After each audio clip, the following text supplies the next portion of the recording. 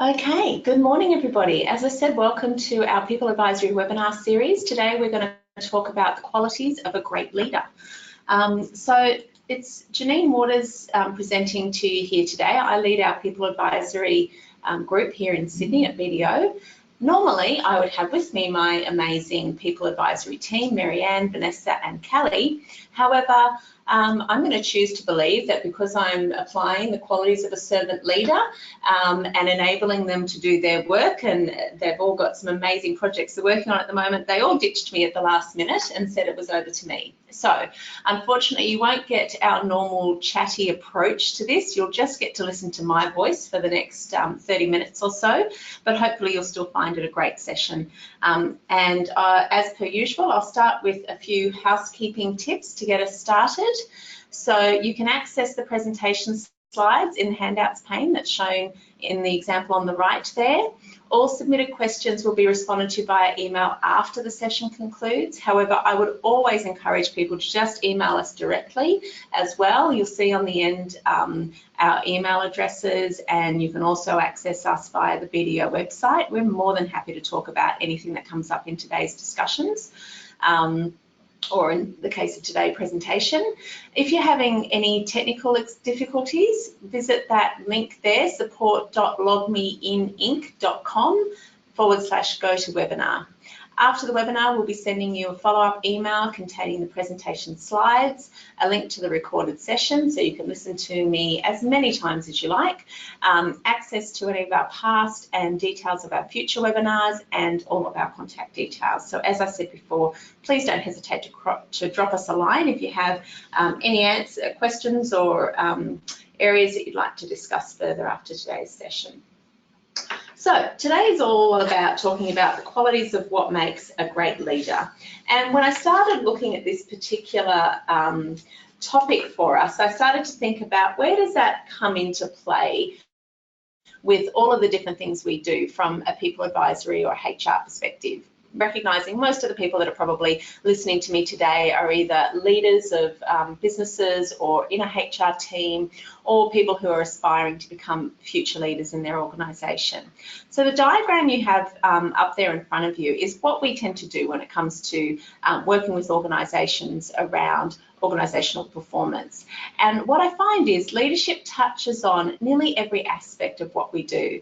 When we talk about culture, and you could have seen our culture webinar, which I think was towards the end of last year, where really for everything from a culture perspective, leadership is at the centre. Future leaders, we've talked about what makes a great future leader and how do you identify them. They're the future of your organisation. We know that working with high-performing teams is how you actually engage really great quality leaders and get them all working to the same outcomes. So really what we do know from all of this is leadership is at the centre of everything when it comes to high-performing organisations. And so what are the qualities of a good leader? How do you pick a good leader, whether it's because you want to work for one or become one or make sure you hire one? What should you be looking for?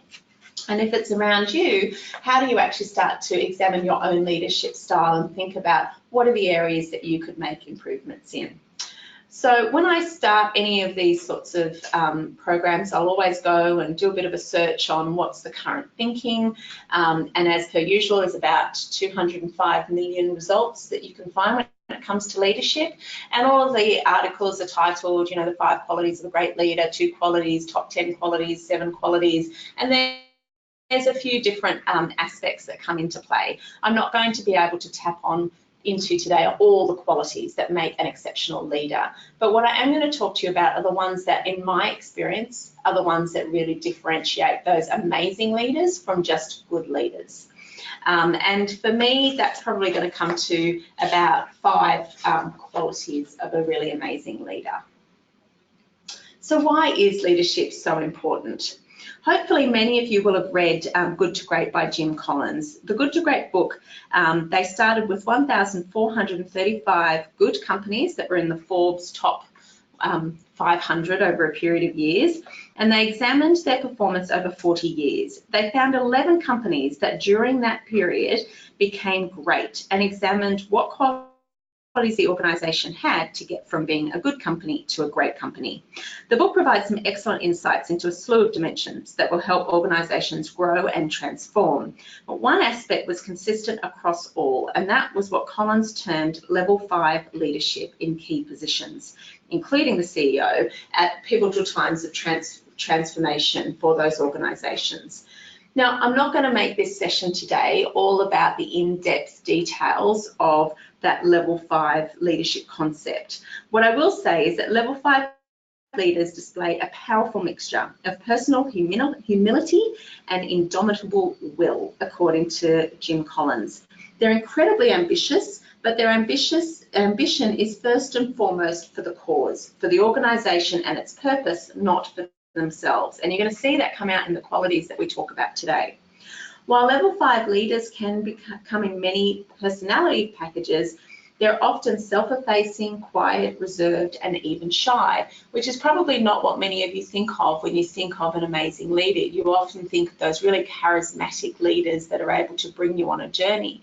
So yes, there are definitely those qualities that you will see in some good leaders, but it's not to say that all good leaders need to act in that way. Every good to great transition in their research began with a level 5 leader who motivated the enterprise more with inspired standards than inspiring personality.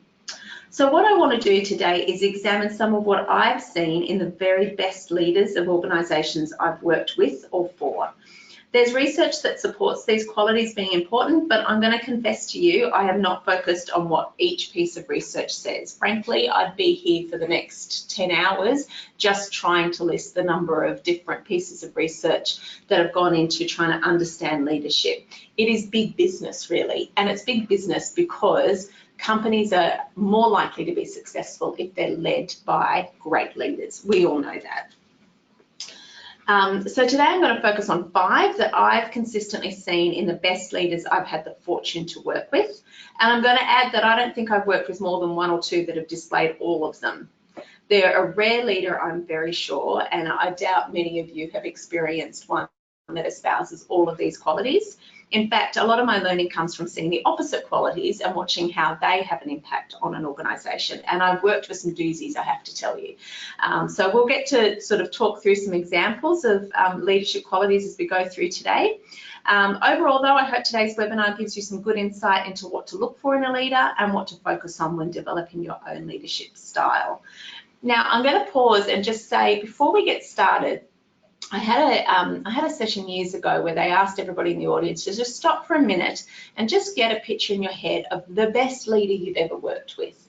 I want you to just take a minute to think about who that might be and quickly think about what were some of the reasons why you felt so strongly about working for that particular leader.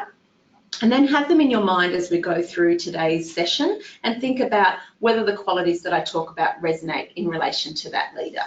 For me, when I went through that exercise a few years ago, in fact, it was probably about 10 years ago, the leader that came to mind was the first HR director I ever worked with at Merck Sharp and Dome. His name was Jim, and he was, he probably espouses pretty much all of the qualities that we talk about here today. Unfortunately for all of us, he retired a few years ago, so we don't get to experience his leadership in action anymore, but is probably the best leader I have ever worked with, and is one of those ones that I still often say to myself, what would Jim do in this situation when I'm trying to think about how I might approach a challenge. So hopefully you've got someone in your mind that you're thinking about as we go through our session today. Now, the first quality we're going to talk about, I think, is a pretty obvious one, and it's lead with a vision. So one of my favourite authors is Stephen Covey. I'm sure many of you have heard about his 7 habits of highly effective, well, anyone really. He talks about highly effective people, highly effective leaders, highly effective families and organisations. And one of his first habits is to begin with the end in mind. And this espouses the quality of a good leader. To be a good leader, you need to have a vision, and then you need to be able to share and align people to the vision and help them understand their role in achieving that vision. So I know most of you would know that this is just obvious. You know, you need to have a direction to go to. But what amazes me is the number of organisations that I go into where that's not the case, where in fact, yes, maybe the leader at the top or of a particular division has a vision in mind, but they haven't actually been able to express that in a way that brings people along that journey and ties them to that vision. Or even if they've been able to express it, they haven't necessarily been able to help people attach to that vision and understand their role in achieving that. So I know certainly from our team, we're really clear about our purpose and where we want to go and what that looks like. And it's always for us more than a number, which is again what a lot of organisations come down to. Their vision is a dollar number that they want to hit. The vision for us needs to be something meaningful and something we can feel good about striving to achieve. So ultimately, a strong vision helps to show where we're headed. As a leader, you have to be able to look forward and see where a company's headed, and you have to be able to know how to steer your course and to adjust when things unforeseen are starting to happen. And the vision is really what helps keep a leader on course during rocky times or unexpected setbacks.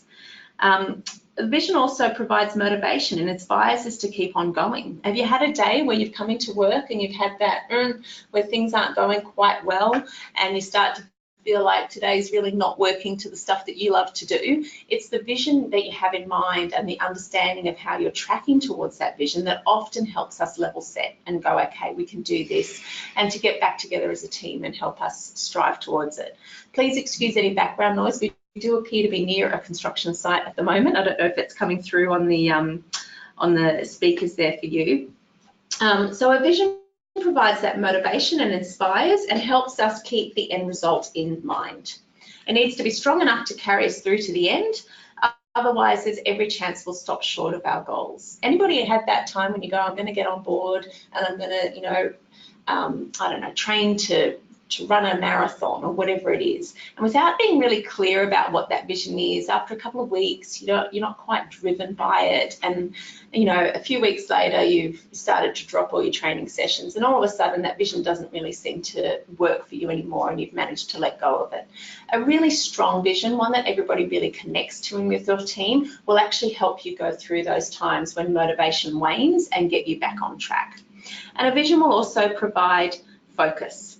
So with all of the distractions that come our way and the different opportunities you get in an organisation to tap into projects or opportunities, if you have a really strong vision and as a leader you're able to express that and get your team on board with that, it really helps to focus you as a team and make sure that you're expending your energy on those initiatives that are most likely to help you get to your vision.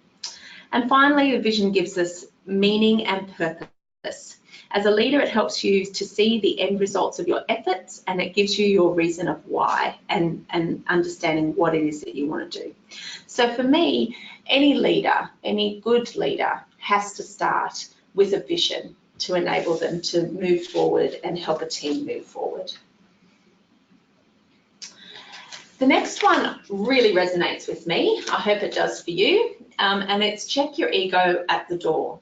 So what I see a lot in leaders who've made their way up the organisation is that they can get to a point where the being a leader is more about them than it is about anything else. And that's what I'm talking about when I'm saying you need to check your ego at the door. There are good ego qualities and there are bad ego qualities. And what we're going to do now is just take you through what is it when you've got a healthy ego and how does that support you as a leader?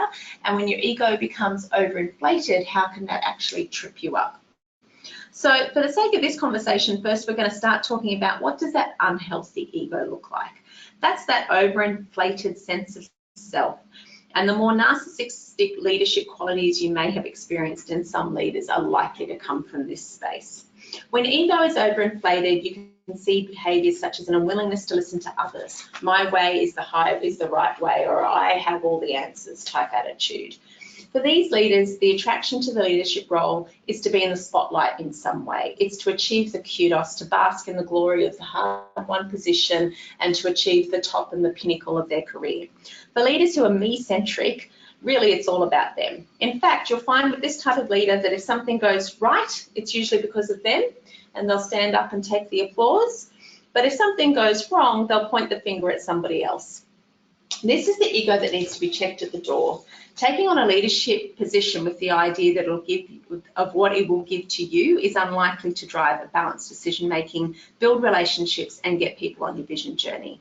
When I think of an imbalanced ego, now I'm going to be political here, but I'm relatively confident that most people will agree with me. When I think of an imbalanced ego, I think of someone like Trump.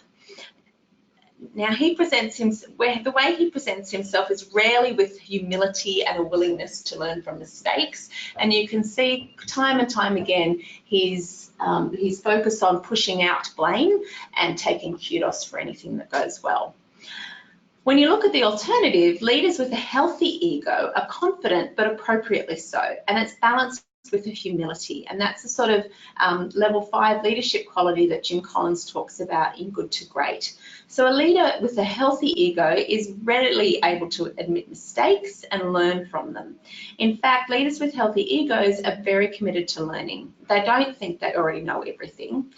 They take the time to step back, observe themselves, ask others for feedback, and make sure they stay on track. Reflected in how they behave in the workforce on a daily basis is their ability to sit back and reassess themselves and go back out and be humble about what it is that they've discovered about their own personal leadership. A healthy ego, we know, makes for a happier, healthier leader. Another quality of other-centric rather than me-centric leadership is that they rarely blame others, understanding that anything that happens on their watch must ultimately be their own responsibility, and conversely, they're much more likely to recognise the work of the team in achieving something positive rather than taking the recognition for themselves. When you look at how other-centric behaviours plan out in the workplace, you can understand why people are far more likely to want to work for a leader who checks their ego at the door and is balanced in their approach. I've actually worked for some doozy narcissistic leaders in my time. I don't know about you. If you think about some of the worst leaders, I remember one that thankfully only lasted 6 weeks. It has to be a record for somebody I've worked with. And I remember the second I met her, everything about her said to me that she was entirely about herself in the role that she was taking on and in the way she was going to manage the team. And that pretty much reinforced itself in every conversation I had with her over those horrendous 6-week periods. I hope very much that none of you are working for leaders like that at the moment, but for me, that's when that ego has well and truly gone out of control.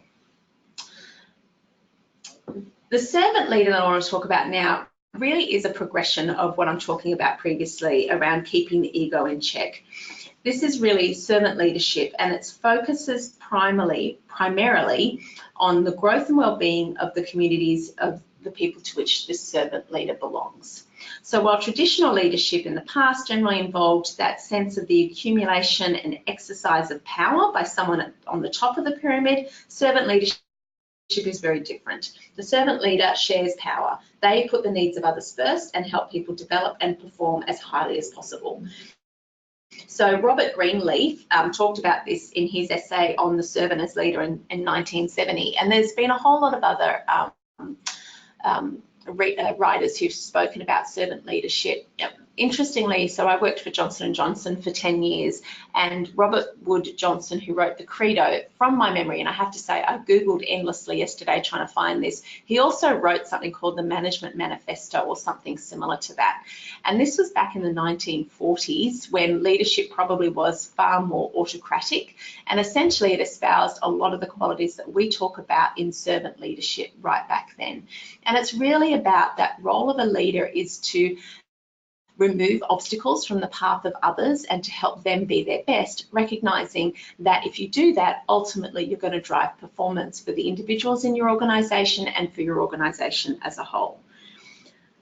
So I know that it's true that when a leader acts in this way, they really do set up an organization for success, and they're far more likely to have employees who will want to follow them in their current role and also follow them if they ever move on to other organizations. It's a really powerful quality in any good leader. Now, continually learning, we talked about this in our webinar on the X Factor. factor as one of the qualities that is the single biggest predictor in a person having the potential to become a leader, because strong leaders never stop learning. You and I know our world is constantly changing. When I started in the workforce, much as I should be embarrassed to admit it, the internet didn't actually exist. In fact, I still remember the first presentation we ever had was when I'd been in the workforce for a couple of years, and we had a guy from IT standing up to explain to us the World Wide Web and to introduce us to the concept of a search engine. And I remember sitting there completely perplexed for a good 20 minutes asking inane questions like what information would be on there and why would anybody put information there and how would you search for it. Now, that's actually in a relatively short space of time, we've become a world where my own children now Google everything, and the answer to everything is available on the internet. And we look at how other industries have progressed in that time. You know, we can talk about the really obvious ones. Uber, which is a giant, essentially taxi company that doesn't own a single car, and their entire way of operating and employing people seems to operate on apps and websites. And ditto for Airbnb, where I can book an Airbnb over the internet tomorrow, never have a discussion with a single person, and never be involved with any large organisation, but essentially have a one-on-one experience with this Airbnb owner. So you look at how much the corporate world has changed over a relatively short period of time, and it's not hard to see why it's incredibly important that any good leader has an appetite to continually learn and to challenge themselves. So for people who have high levels of what we call learning agility, they're going to seek out and learn from unfamiliar experiences, and then they're going to apply those lessons to succeed in the new situation. Learning agility really helps them know what to do when they don't know what to do. And it also means they're more likely to listen to the people that they surround themselves with. So a good quality leader is actually going to have people in their team that they can learn from, and who they are willing to be told that, in fact, I don't think your idea is right, and not feel that that's a blight on their personal ego. So my advice to leaders is to surround yourself by smart people and be prepared to listen to them. It doesn't mean you second guess everything you do, but it does mean that you're willing to take on board feedback and to understand your knowledge journey will never, in fact, end. And that brings me to our final quality of a really effective leader, and that's about being true to your values as a leader. So of all the qualities that underpin effective leadership, I don't think there is one that's more important than holding true to authentic values, and that ultimately will bring about success. Harry Kramer Jr. did some work on values-based leadership and came up with the comment that it is the only true style of leadership that separates the great from the rest. He's a management professor and author from Values to Action and the 4 Principles of Values-Based Leadership, and he believes people become effective leaders when they're rooted in what they are and what matters most to them. This, he says, better equips leaders to deal with any situation that might arise. Most of us are actually probably drawn to values-based leaders. They're people who have clear principles, they are honest and congruent in their deeds, they truly inspire those around them, and they feel a greater sense of gratitude towards others than they expect to receive in return. And when I've worked in really strong values-based organisations, those effective leaders who are true to their values, they are far more consistent in their decision-making. You as an employee can actually understand in advance why they're making the decisions that they do. They're far more authentic in the way they deliver those decisions, and people can align to them and understand them, even if they're not always the decisions that they would like to see happen. For me, having worked in an organisation like Johnson & Johnson, which is probably one that we talk about in the world of the MBAs, we all often look at the credo at Johnson & Johnson. What I saw more and more in my time there was that those leaders who were able to be true to their values and whose values aligned to the organisation, they were able to drive performance. They were able to drive high retention of staff. They were able to attract the best quality staff, and ultimately to make the right business decisions that led to improved performance. And I do believe strongly it's one of the reasons why Johnson & Johnson were named in Jim Collins' Good to Great book. as one of those organisations who was able to last the distance and become a truly great organisation. So that brings me to the end of our session today. It is a little bit shorter than I originally planned, given we had planned to have a round table and lots of wonderful discussion for you. But I hope that some of this has really resonated for you. I think it's always great if you, on your leadership journey, can take some time to think back and reflect on how these qualities might resonate with you. And to be frank, even if they don't, to understand why that is as well. And feel free to drop me an email if you think I've missed a major quality that you think every leader should have. There's a whole host of other stuff that I do think can be supportive of making a great leader, things like the way they present themselves, things like their ability to adjust their leadership in certain situations, their ability to make decisions under pressure, all of those sorts of things, I absolutely agree, will help a leader be more effective. But these are the 5 that I truly think set a really great leader apart from the rest. And I hope that that's resonated with you today.